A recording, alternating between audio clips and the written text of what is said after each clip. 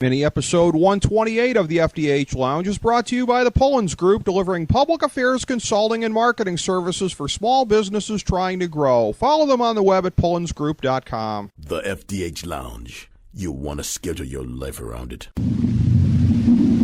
A long time ago, on a gloomy, wet Cleveland spring night, two men stand alone amidst the late-night drizzle. Their voices echo across the vacant station parking lot as they debate the merits of the great American radio show that have been missing for far too long. On that night, an idea was born. That idea became the FDH Lounge.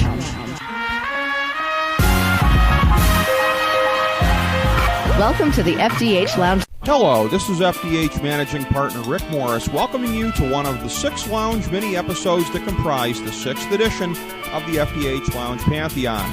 I am joined by some of our finest FDH Lounge dignitaries for this occasion. The Pantheon is our celebration of the best from all walks of life. All previous FDH Lounge Pantheon inductees can be found on our homepage at thefdhlounge.com. Members of the FDH Lounge Pantheon are voted in by the FDH Academy of Arts and Sciences, which is comprised of the FDH Lounge dignitaries and other advisors and supporters of FDH. We hope you enjoy our Pantheon broadcasts as much as we enjoy bringing them to you. In the event of any ties in the balloting, they will be broken on the air by our dignitaries hosting the show. Ladies and gentlemen, it's time to induct the 6th class of the FDH Lounge Pantheon. Okay, guys, we are here, FDH Lounge Pantheon number 6, the 6th edition of the FDH Lounge Pantheon, starting here with sports categories. Rick Morris, joined by fellow original FDH Lounge dignitary Tim Faust, and joined by another one of our good friends, FDH Lounge dignitary and member of the 21st Century Media Alliance under the guise of Mr. Flatstick, Tom Denk. Pleasure to have both you guys here today breaking these down. Great to be here for the Pantheon. Thanks, Rick. And we have, this will be a rotating cast of characters, I think, going through the categories here today. Good to get to start this off with you two guys. In this first segment that we are doing of Pantheon 6, it's quarterbacks and goalies, going for the best of all time in the different categories here.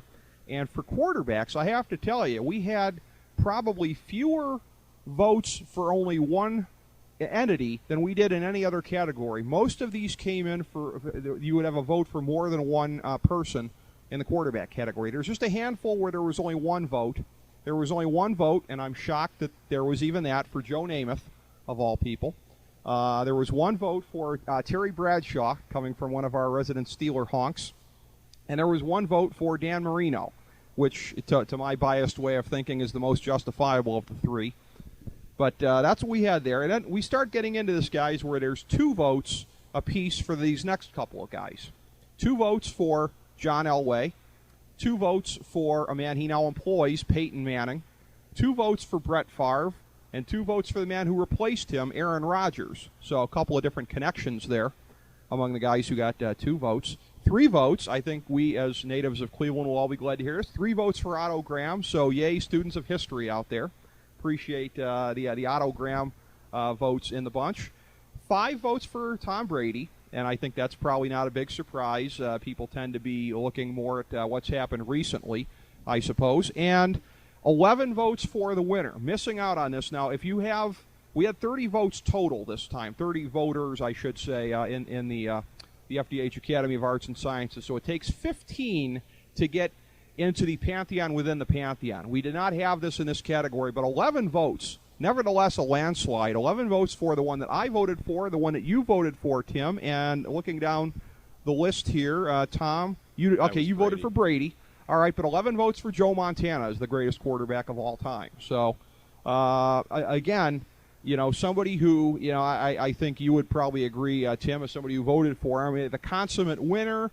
You often hear a lot of times winning versus stats, and then a lot of times in the 80s it was sort of portrayed as a dichotomy between the two, between him and Marino, but it's not like Marino didn't win any big games, and it's not like Montana didn't put up any big stats. Montana had pretty respectable numbers, certainly bigger than fellow winner Troy Aikman. Troy Aikman is kind of the epitome of winner, but not really the stats. Montana had both in my book, and I would guess your book also. Well, surprisingly, I really had trouble with this one. Okay. If someone's going to ask you, okay, who's the greatest quarterback of all time, there's so many of them to pick from that you would think, okay, I can whittle that down pretty quickly in my own mind. But the more I thought about it, the more I tried to whittle it down. Because I look at when you talk about the two kind of categories, the winners and the stats. Sure. I put Montana more in the winners category Sure, than the stats category. I was trying to find a guy with both of them, and I really, really couldn't. It's hard, isn't and it? It is, and the guy who does is the guy you voted for, and that's Brady. And I also voted for Brady, but I couldn't bring myself to because A, I hate him. B, sorry, I hate Belichick. B, the whole recent thing, I didn't want to be like, oh, you're only voting for the guy who's right. Done well. But he's the guy that has both. Granted, his stats are in an era where rules are stats friendly, but he's got both, man. He's got titles, 3, right? 3, 4. He's got three and 2 other losses. And one when he goes undefeated until he gets upset in the title game. And then another Super Bowl loss, and he's got the stats. So Brady, I really can't argue with that. And it's one of those where if I had to do it again, it's like I don't know. I'm not saying I'm apologizing for voting for Montana because he certainly was great, but I guess what I'm saying is this one was a tough one for me. Yeah, I think Montana was the greatest. I agree with you, but yeah, that's the thing, Tim. But the way that the way that it was getting broken down here, Tom, when Tim was going through this a second ago, it's interesting because more like 07 to the present, he's a stat guy also. It's interesting. For the first 5 years or so, he was sort of like the pure winner. But then he's kind of crossed over the last couple of years. And ironically, he hasn't won a championship since he's become stat guy, but it's almost like they're two different chapters of his career, kind of. Yeah, the first thing that I had to think of was, you winner stats. So I was thinking Otto Graham, who got to 10 title games in 11 years, AAFC and NFL. Yep. And I hate to be that modern guy, but I was just thinking how the quarterback play in this decade is even more pronounced, I think, than the 80s. Mm-hmm. So that's why I tended to lean and made the choice for Brady. Montana would be my second. But one of the factors was that when you saw Steve Young, whose finest season was better than any of Montana's finest seasons, based on metrics, it kind of made me, and he had Jerry Rice, where you saw Brady had a couple of those years with like Rashay Caldwell. That one year they lost to the Colts in the title game. So I was thinking that he kind of did more with a little bit less on the receiver front for a part of his career. And the fact that it's, I kind of go on, he has the 5 Super Bowls that he got to. So that's kind of why I leaned it. Elway would, probably be my third, next out there because he really played with some dreck. And, you can't penalize these guys because they had bad defenses. So there's a lot of factors. I tried not to hold guys that had maybe bad things. So maybe, even a Marino, you didn't play defense, so you can't hold that against them in terms of the titles. But, right. It was funny to see everyone was kind of the same way. I wouldn't have leaned Namath or Bradshaw because I thought, Otto Graham was the NFL when they did the 75th anniversary team. Yeah. He was the quarterback, the number 1 quarterback on that team. A lot of people forget that. And Otto Graham was another one that crossed my mind when I did this. And this was another reason why I think quarterback is so tough because the game has changed so much. Yeah. And at the time that he was playing, no doubt, hands down, winner. Also, no doubt, hands down, good stat guy for the era that he was playing. Sure. Right? But can't hold a candle to the stats that are being put up today. So that's a tough one. Again, it's the the classic problem of comparing players between eras. I think it's so much more pronounced when you're talking about quarterbacks. Yeah. Yep. And I was racking my brain trying to think of any notables that didn't get any votes here. If we're talking Otto Graham, as well, I think we should. The other name that jumps to my mind from that era, Johnny Unitas. No votes for Johnny U. That was kind of interesting.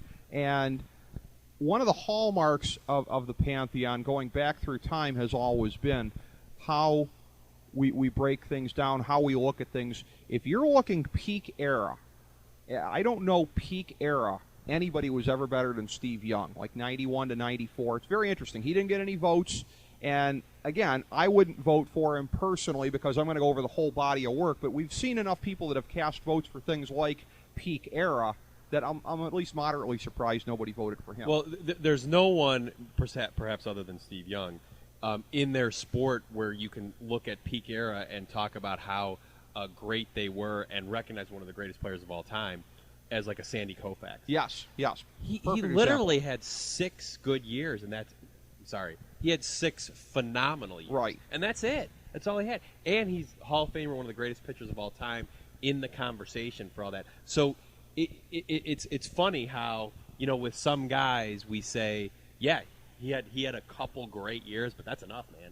And Steve Young's one of them. And it's so funny, a name that's going to come up a little bit later on today, Jason Stark, past lounge guest, when we were talking about his book at the time, that was the exact case that he made about Sandy Koufax when he referred to him as being overrated, not in a derogatory term, but relative to how people see him, because people throw out the first part of his career and they only look at the second part of it. So it was really kind of interesting in looking at that. Was there anybody else that you could think of, Tom, that didn't get any votes here? It was kind of no, I was oversight, glad maybe? to see Okay. Elway get a couple on there. I think in the doing a lot with little category, he you put it this way: what if he was on the Joe Walsh? Life's been good to him 49ers? so far. If he was on the Bill Walsh 49ers, I mean, you could easily see the Montana level success. Yeah.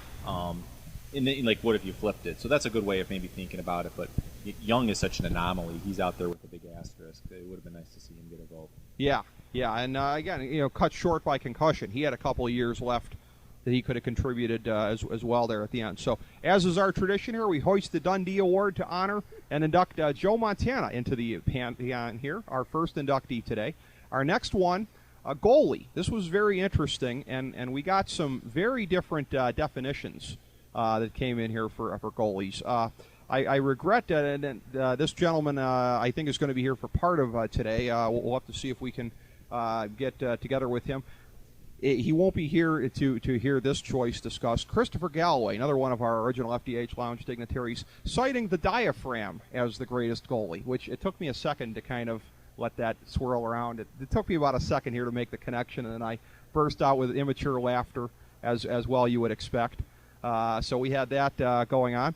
Other goalies on the list here, we had Ron Hextall, we had Ray Emery, Joe Hart, Tim Howard, Hope Solo. We had votes for soccer goalies that came in as well. We had Marc-Andre Fleury, who received a vote from a Pittsburgh homer, and we are being joined now in progress here during this. The great Bob Glassman is joining us as well during the proceedings. We'll have to get him going here as we are being joined in progress here as we're running through the goalies. So these are all the ones, as I say, that got one vote. Christopher Galloway citing the diaphragm.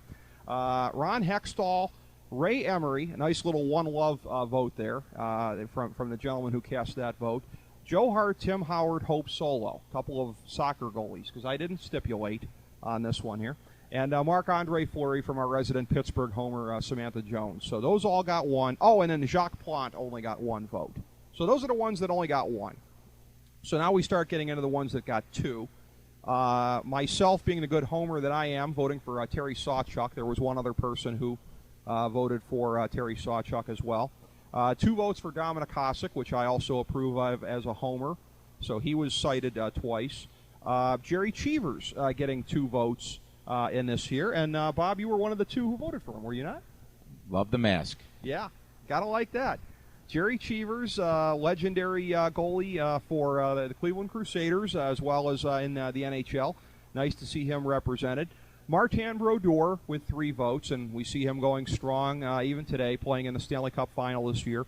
But the winner of this, with 11 votes, and something that is a stab in my soul, something that I hate to see personally, but Patrick Waugh getting 11 votes to win this thing. So I have to say, by the way, we just passed the other day the 10-year anniversary of my favorite hockey game of all time, the 2002 Western Conference Final, the climax of the feud between the Red Wings and the Colorado Avalanche, the 7-0 stomping of Colorado as the Wings advanced to the Stanley Cup that year. Patrick, being serenaded as he's coming off the ice. Fellow dignitary Nate Noy and I were watching that with some amount of glee that night, watching that at a Damon's in Columbus, if I remember correctly, I think. So there's your odd reference for the day, or at least the first of many. So Patrick Waugh takes it, gentlemen. Now, this was kind of well dispersed among some of the other votes here, but any thoughts on this category and how it shook out? I don't know all that much about hockey. You know Okay. that, Rick. That's not my sport. I voted. I was the lone vote for Hextall. I was happy. Yeah, to see. he got represented. Loved Ron Hextall. His feisty personality. Had a nice run back in the 80s, definitely. Yeah. But I got a funny story about this. About Okay. the second place winner to play into the second place was Brodeur, right? Yeah, I also hate Brodeur, by the way. Okay. Well, I do as well. I would never vote for him. Yeah. Because in my very first first and only hockey fantasy league that I participated in, Okay. I took Chris Terreri from the Devils, and it also happened to be Brodeur's rookie year. Did they throw in Wally Pipp for you? And well, the funny thing is I had a pretty good team, and except for at goalie, every night, and this was the early days before internet. So, or no, we were in school. We had a buddy that had a Prodigy dial-up, Prodigy internet dial-up connection, and we dial up the scores every night, and we'd see that the Devils shut out whoever they were playing. They'd shut them out 3-0. I was like, yeah, I get a shutout for Terreri. Then the next day in the paper, you'd see Brodeur. Who is this Brodeur guy? Why do they keep playing this guy instead of Terreri? So didn't do well in my fantasy league, but as you say, I definitely got Wally Pipp there. That is very unfortunate, the way that played out for you here. Being joined now as we're getting a little bit closer to a full house here. The Patron brothers, Anthony and Matt, joining us here for this. I'm looking to see their votes in this category here for best goalie. So you were two of the guys who decided to go European soccer. Apparently, the votes for Tim Howard and soccer. Tim Hope Howard. Solo. Matt went Hope Solo. Oh, Hope Solo. Okay, American so she's not soccer. European. All right, She's the U.S. goalie for the women's. U.S. goalie. Okay. So is Tim Howard. Tim Howard's the men's goalie. Okay, all right, but that's along with a vote for Joe Hart. So we did have a couple of ones here that I didn't stipulate hockey. I guess my bad, but Patrick Waugh with 11, Brodeur with 3. Who are the two guys that I mean, unlike Waugh, I don't loathe Brodeur for anything other than I hold a grudge from the 1995 final, but it's like not a personal loathing like it is for Patrick Waugh. But of the two guys that I would least want to see at the top here, this is how the results came in. So lest anybody ever think that my thumb's on the scale, these two guys ended up playing out in that way. What did you think about how this shook out, Tom? Well, I thought Waugh was going to get it, but Sure. I voted for Hasek. I think he kind of took the butterfly to an art form in terms of goaltending. Waugh, though, to his credit, he's accumulator, got the stats, and he also kind of bridged the era from the high-scoring free-for-all 80s NHL to the modern game where things got really dialed in, and he never lost any relevance and maybe gained relevance, especially on those Denver teams. So all due respect there. And Brodeur was, a guy that impacted the game. They changed some of the rules in terms of coming out, playing the puck. So, I always respect the innovators and guys that change the position. So those three at the top make a lot of sense. Well, and say this for him, too. I mean, at age 40, Brodeur is making this run to the final this year, a run that doesn't look like it's going to be successful as it stands now. But you think about it, those teams were always known for the real sterling blue line that he had in front of him. Who's he got there now? It's interesting. I mean, he's got – their defense doesn't suck, but it's the weakest defense that he's ever had in front of him, and he's in the final at age 40. Yeah, he's kind of a victim against his own system, too, because they've played the, trapping defense all those years, and people always say, well, they haven't faced as much high, but I think if you got people to watch the game a lot, that would fall away pretty quickly. People wouldn't beat that point into the ground. Yeah, you would think so. So, any other thoughts on the goalies here, fellas? Yeah, all I gotta say is, okay, you might have not have said hockey goalies, but take one look at Hope Solo, then every guy here will change his vote. Every guy here will change his vote and pick Hope Solo. Again, if we're going to regard female athletes as the hottest females on the planet, By the way, it's that kind of thinking that's got everybody brainwashed into thinking Danica Patrick is insanely hot. and I will tell you, by the way, my thought with Tim Howard, he is the only soccer player in the past 20 years to score a full field goal. Okay. all that shows is that he was good at kickball when he was a kid, right? I don't think it proves anything beyond that. So, All right, well, with that being the case, we hoist the Dundee Award, reluctantly in my case, to Patrick Waugh and induct him into the Pantheon as the best goalie of all time. That wraps up our first chapter here of Pantheon 6. As we bring the show to a close, we would like to extend our deepest gratitude to NBC, CBS, ABC, Fox, all Clear Channel affiliates, TNT, TBS, USA, UPN, Deadspin.com, YouTube.com, YTMND.com, MySpace.com, various blogs, Fox News, CNN, CNBC, MSNBC, IamBoard.com, Billboard.com, Google.com, ESPN, ESPN2, ESPN News, ESPN Classic, NBA TV, NFL Network, Sports Time Ohio, Athlon Magazine, Comedy Central, Cartoon Network, The Boomerang Channel, QVC, BET, The Spice Channel, Steno Notebooks, Manwich, Papermate Office Supplies, waitresses, strippers, bartenders, garbage men, janitors, microwave popcorn, the writers of The Office, Scrubs, Entourage, My Name is Earl, Oz, Metalocalypse and the Boondocks, Aquafina, and the Periodic Table of Elements.